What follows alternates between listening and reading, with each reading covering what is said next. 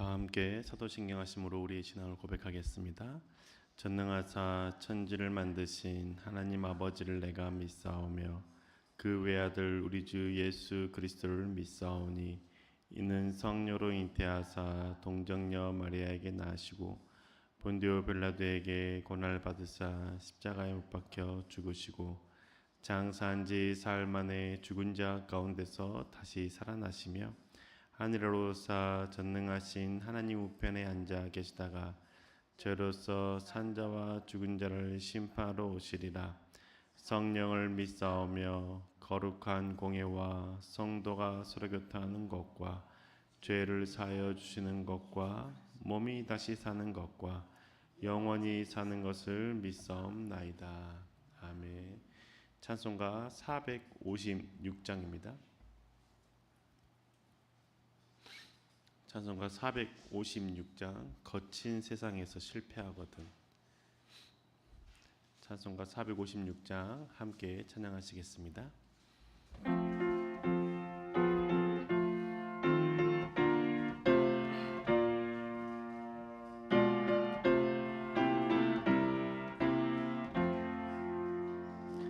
거친 세상에서 실패하거든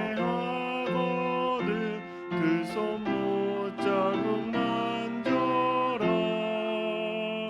고된 일하다가 힘을 얻으리 그 손 못 자국 만져라.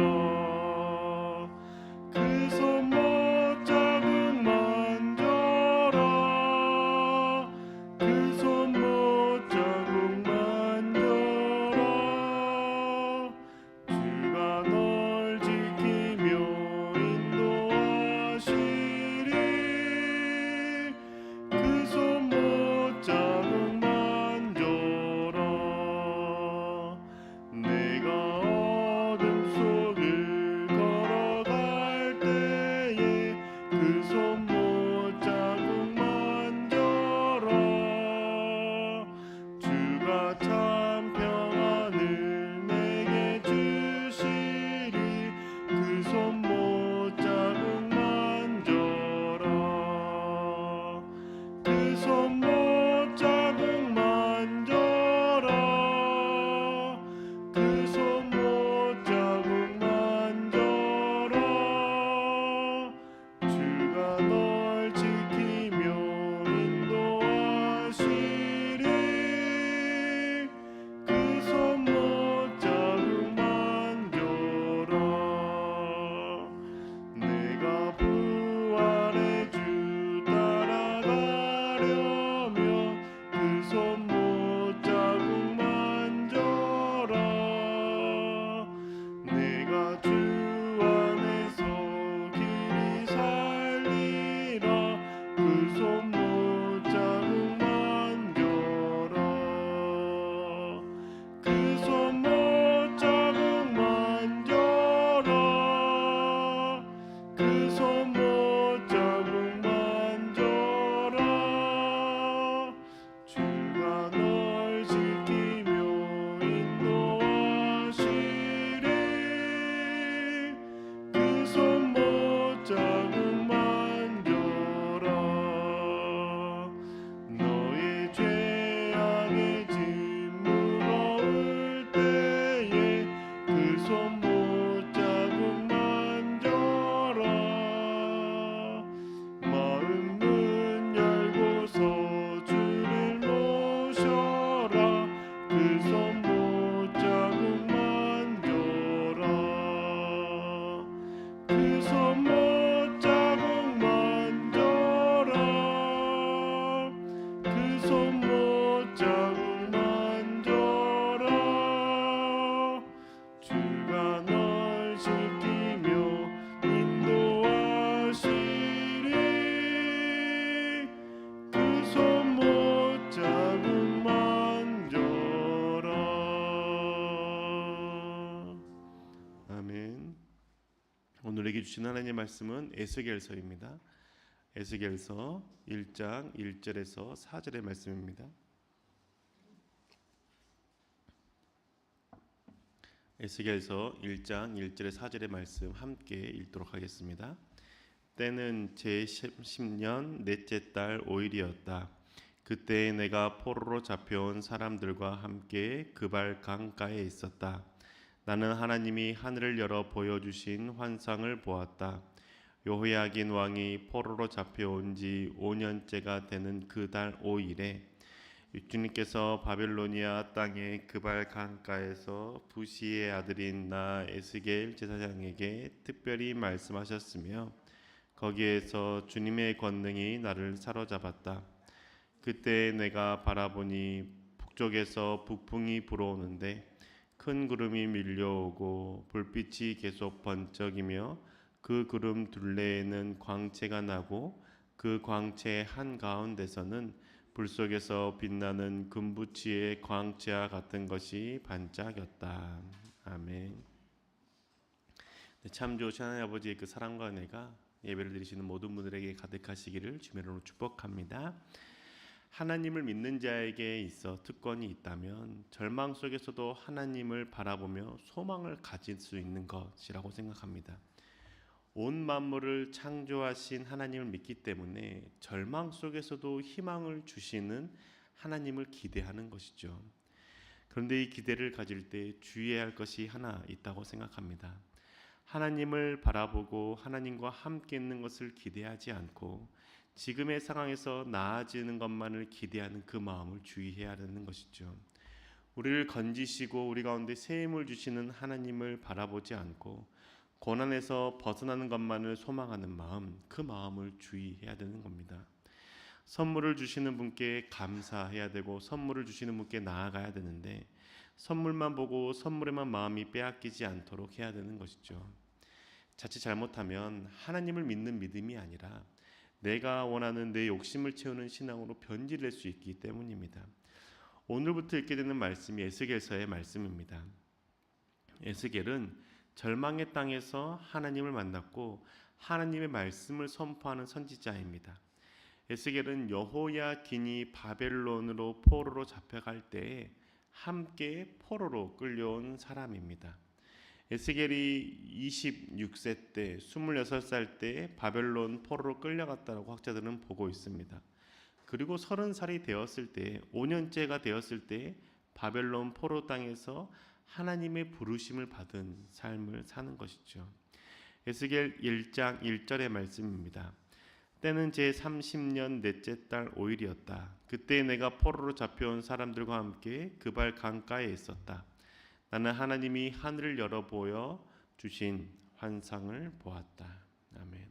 1절에 보면 제30년 넷째 달 5일에 포로로 잡혀온 사람들과 함께 그발 강가에 있었다라고 기록하고 있습니다. 이 30년이라는 것은 에스겔이 30살 되는 해를 의미합니다. 즉 30년 넷째 달 5일은 에스겔이 30살이 된 4월 5일에 있었던 일을 기록한 것이죠. 이때 바벨론으로 포로로 끌려온 지 햇수로 5년째 되는 해입니다. 여호야긴이 바벨론 포로로 끌려올 때 같이 끌려왔기 때문에 2절에 나오는 5년이 되었던 때가 바로 바벨론의 포로로 끌려온 다섯째 해가 되는 날이었던 것이죠. 이 부르심을 하나님께 받은 에스겔입니다. 근데 그 부르심을 받았던 곳이 예루살렘이 아닙니다.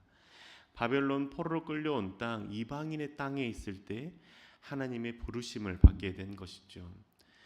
지금 에스겔이 있는 그발강 하류는 그곳에 아마 포로 수용소가 있었을 것이라고 학자들은 생각합니다. 그 그발강가에 있는 포로 수용소에서 에스겔은 하나님을 만난 것입니다. 에스겔조차도 그때 하나님께서 환상 가운데 자신을 만나줄 것이라는 기대에 하지 못했을 것입니다. 왜냐하면 그 당시에 하나님이 계시는 곳은 성전에 계신다라고 믿었기 때문입니다. 항상 하나님은 성전에 있는 곳, 그곳에 언약궤 위에 하나님이 계신다라고 생각했습니다. 그렇기 때문에 사다시대 때에도 전쟁을 나갈 때 언약궤를 가져와서 하나님이 우리와 함께 하신다라고 전쟁을 치르기도 하지 않았습니까? 하나님의 언약궤가 있는 곳, 성전에 하나님께서 계신다라고 믿었던 백성들입니다. 그런데 지금 에스겔이 환상을 봤었던 시기는 아직 성전이 무너지기 전입니다. 바벨론 포로로 삼초로 끌려오기 전, 바벨론에 의해서 예루살렘 성전이 무너지기 전에 있었던 일입니다. 즉 성전은 아직 멀쩡했고 성전은 있었으며, 그러니 하나님께서 성전에 계신다고 생각하는 그때에 하나님께서 이방인의 땅 포로 수용소에 있는 예스겔 가운데 나타나신 것이죠. 환상 가운데 나타나신 겁니다. 하나님이 통치가 미치지 못할 것이라고 생각했는 그 땅, 그곳에 하나님께서 임재하셨고 예스겔을 만나 주신 것이죠. 그 하나님께서 예스겔을 만나 주신 이유가 무엇일까요? 많은 포로들 중에서 왜 예스겔을 만나 주셨을까요?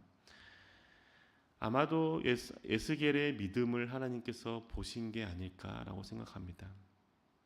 에스겔이 포로로 끌려오기 전에 활동했던 선지자가 있었습니다. 우리가 지난 시간 동안 계속 살펴봤던 예레미야입니다.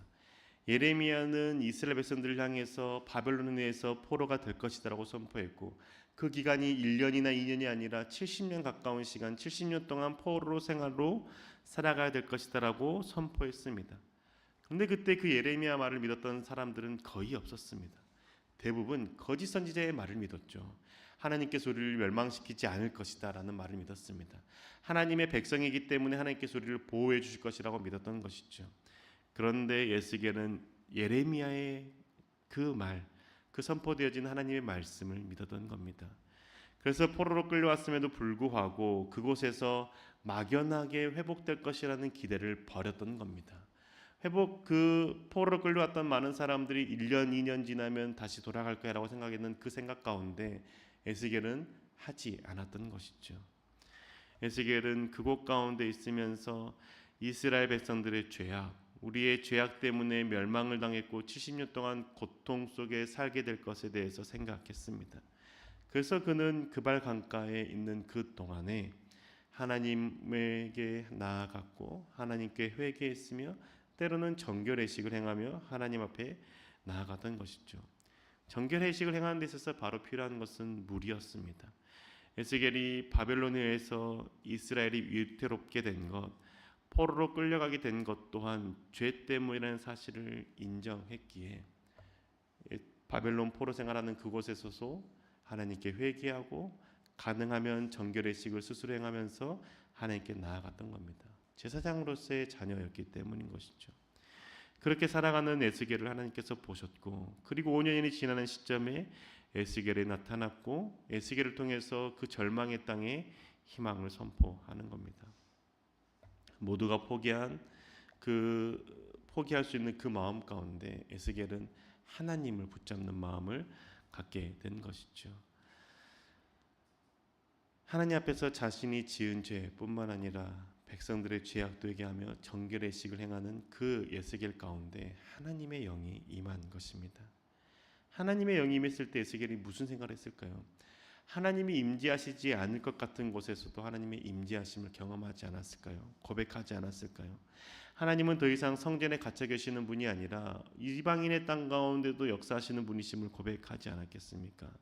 이스라엘 땅에만 머무는 하나님이 아니라 이스라엘 땅만 다스리는 분이 아니라 온 열방을 다스리시는 하나님에 대해서 고백할 수 있지 않았겠습니까?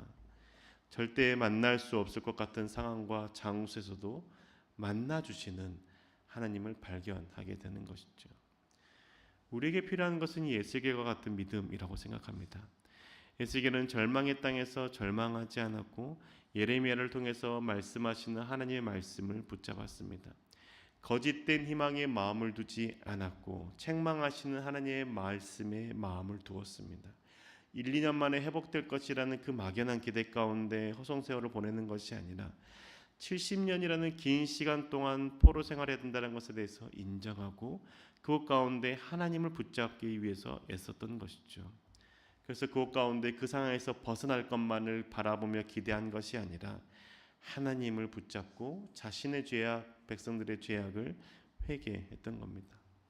하나님을 떠난 삶을 회개했고 거짓된 희망을 붙잡았던 어리석음을 회개했던 것이죠. 우리가 겪고 있는 고난과 어려움 속에서도 우리는 에스겔과 같은 믿음의 반응을 보일 수 있어야 합니다. 가장 먼저는 하나님의 말씀을 붙잡아야겠지요. 나에게 힘든 말씀이라고 할지라도 그 말씀을 붙잡아야 할 것입니다. 지키기 어렵고 믿기 어려운 말씀이라고 해도 하나님께서 하신 말씀이기 때문에 지키려고 붙잡으려고 노력할 수 있어야 되는 것이죠. 교회 여러분은 고난 가운데 붙잡고 계시는 말씀이 있으신가요? 내가 너와 함께 하겠다는 그 말씀을 붙잡으시나요? 그 말씀을 붙잡는 것도 좋습니다. 그런데 주여 주여 부르짖는 자마다 하늘나라에 들어가는 것이 아니라 하나님의 뜻대로 행하는 자가 들어간다는 이 말씀을 붙잡으시나요? 행함이 없는 믿음은 죽은 믿음이라고 하는 이 말씀을 기억하시나요? 하나님을 사랑하고 내 이웃을 사랑하라고 하셨던 그 말씀, 내 원수를 사랑하고 너를 핍박하는 자를 위해서 기도하라고 하는 그 말씀을 생각하며 기도하십니까?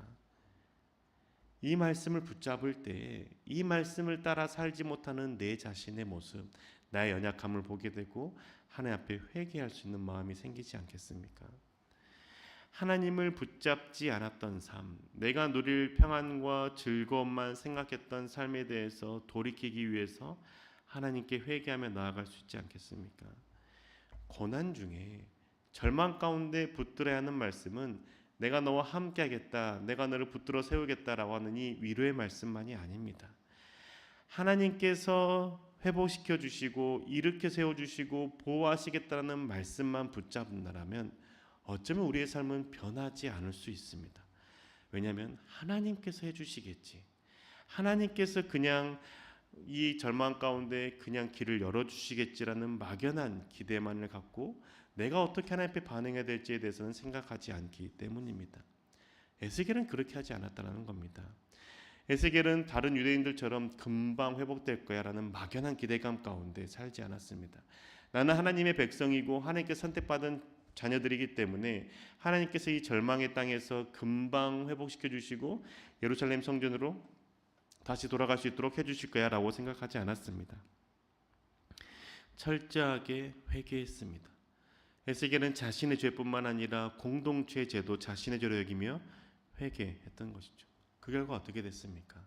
하나님께서 임하시지 않을 것 같은 이방인의 땅, 포로 수용소의 삶을 살아가고 있는 그곳에 하나님께서 환상 가운데 임하셨고 에스겔 가운데 하나님의 말씀을 심어주셨고 그 말씀을 선포하며 절망과 어려움 가운데 있는 또는 막연한 희망 가운데 있는 백성들 가운데 하나님의 말씀을 선포할 수 있게 하지 않았습니까? 우리도 마찬가지라는 것이죠. 깊은 절망 속에 있을 때 하나님께서 나와 함께 하시지 않는 것 같은 그곳에서도 우리는 하나님을 만날 수 있습니다. 그리고 그 하나님을 만날 수 있는 이유는 하나님을 붙잡을 때, 하나님의 말씀 가운데 함께하고자 결단할 때 하나님을 만날 수 있는 것이죠. 어려움을 외면하고 회피할 때가 아니라 고난 중에도 하나님의 말씀을 붙잡으려고 할 때 주님을 만날 수 있고 주님의 역사를 경험할 수 있는 것이죠. 지금 어려움 가운데 계시는 분이 계십니까? 사업의 어려움 속에 힘들어하고 계시는 분이 계십니까? 가정에서 배우자의 관계로 마음이 상하거나 자녀와의 문제로 인해서 하나님 앞에 부르짖고 계시는 분 계십니까? 하나님께 간구할 때 하나님께서 알아서 해주시겠지라는 그 막연한 기대로 혹시 하나님께 나아가고 계시는 분 계십니까? 우리 에스겔처럼 반응합시다. 절망의 땅에서 말씀을 붙잡고 말씀대로 살지 못했던 나의 죄를 하나님 앞에 회개하며 하나님을 붙잡기 위해서 애써 봅시다. 근데 배우자 가운데 있는 죄악을 나의 죄로 여기고 자녀들의 그 어리석은 행동을 나의 어리석음으로 여기고 하나님 앞에 회개하고 하나님 앞에 정결하게 나아가기 위해서 기도해 봅시다. 어려움을 피할 수 있는 방법을 선택하는 것이 아니라 하나님의 말씀에 순종할 수 있는 방법을 선택해 봅시다. 사업에서 경제적 어려움이 있을 때 탈세와 거짓을 선택하지 말고 정직을 선택하는 그 힘든 길을 한번 선택해 봅시다.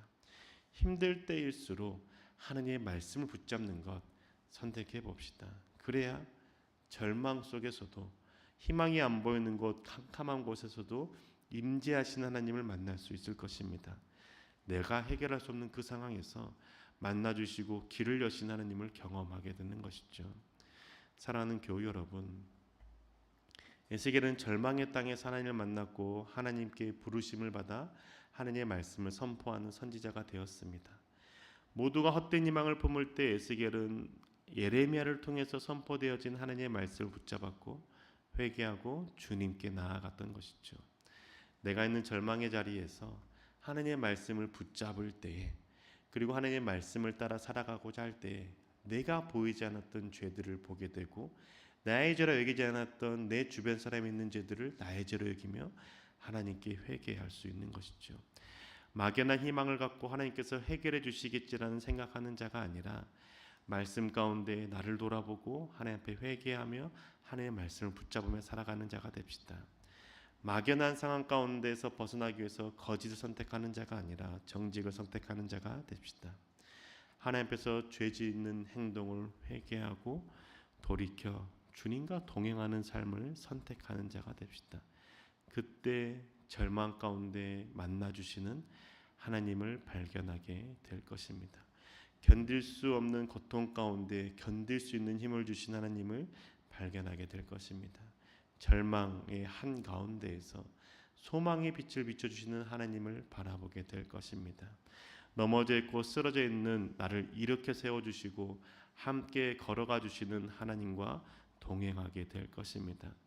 절망과 어둠의 자리에서 벗어나기만을 바라보지 않고 하나님과 함께 걷는 것을 선택하며 살아갑시다. 그때 비로소 참 위로자 되시고 참 소망 되시는 하나님을 만나는 은혜를 누리게 될 것입니다. 어떤 상황에서도 주님의 말씀을 붙잡고 주님과 함께 있기를 선택하는 저와 교회 여러분 되시기를 주님의 이름으로 축복합니다. 기도하시겠습니다. 주님, 우리는 연약한 자입니다. 고통 가운데 있을 때, 절망 속에 있을 때 하나님을 바라보지 못하고 그냥 그 자리에서 벗어나기만을 바라는 어리석은 자들입니다. 주님, 그 어리석음을 주님 앞에 회개하오니 이제는 우리의 가운데 믿음의 눈 갖게 하여 주시고 절망 속에서도 하나님의 말씀을 붙잡을 수 있는 용기 허락하여 주옵소서. 그래야 해서 하나님과 함께하는 것이 이 절망 가운데에서 벗어날 수 있는 유일한 길, 그리고 하나님께서 임재하시지 않을 것 같은 데에서도 하나님을 만날 수 있는 길임을 고백하며 주님을 선택하고 말씀을 붙잡고 믿음의 결단으로 살아갈 수 있는 저희들 되게 인도하여 주시옵소서. 그 절망의 땅이 소망의 땅으로 변하게 하여 주시고 넘어져 쓰러져 있는 그곳에서 다시 일어나 주님과 함께 걷는 은혜 누리게 하여 주옵소서. 언제나 함께 하시고 역사하시는 우리 주 예수 그리스도의 이름으로 기도합니다. 아멘. 하늘에 계신 우리 아버지여, 이름이 거룩히 여김을 받으시오며 나라의 마옵시며 뜻이 하늘에서 이룬 것 같이 땅에서도 이루어지이다. 오늘날 우리에게 일용할 양식을 주옵시고 우리가 우리에게 죄 지은 자를 사하여 준 것 같이 우리 죄를 사하여 주옵시고 우리를 시험에 들게 하지 마옵시고 다만 악에서 구하옵소서. 대개 나라와 권세와 영광이 아버지께 영원히 있사옵나이다. 아멘.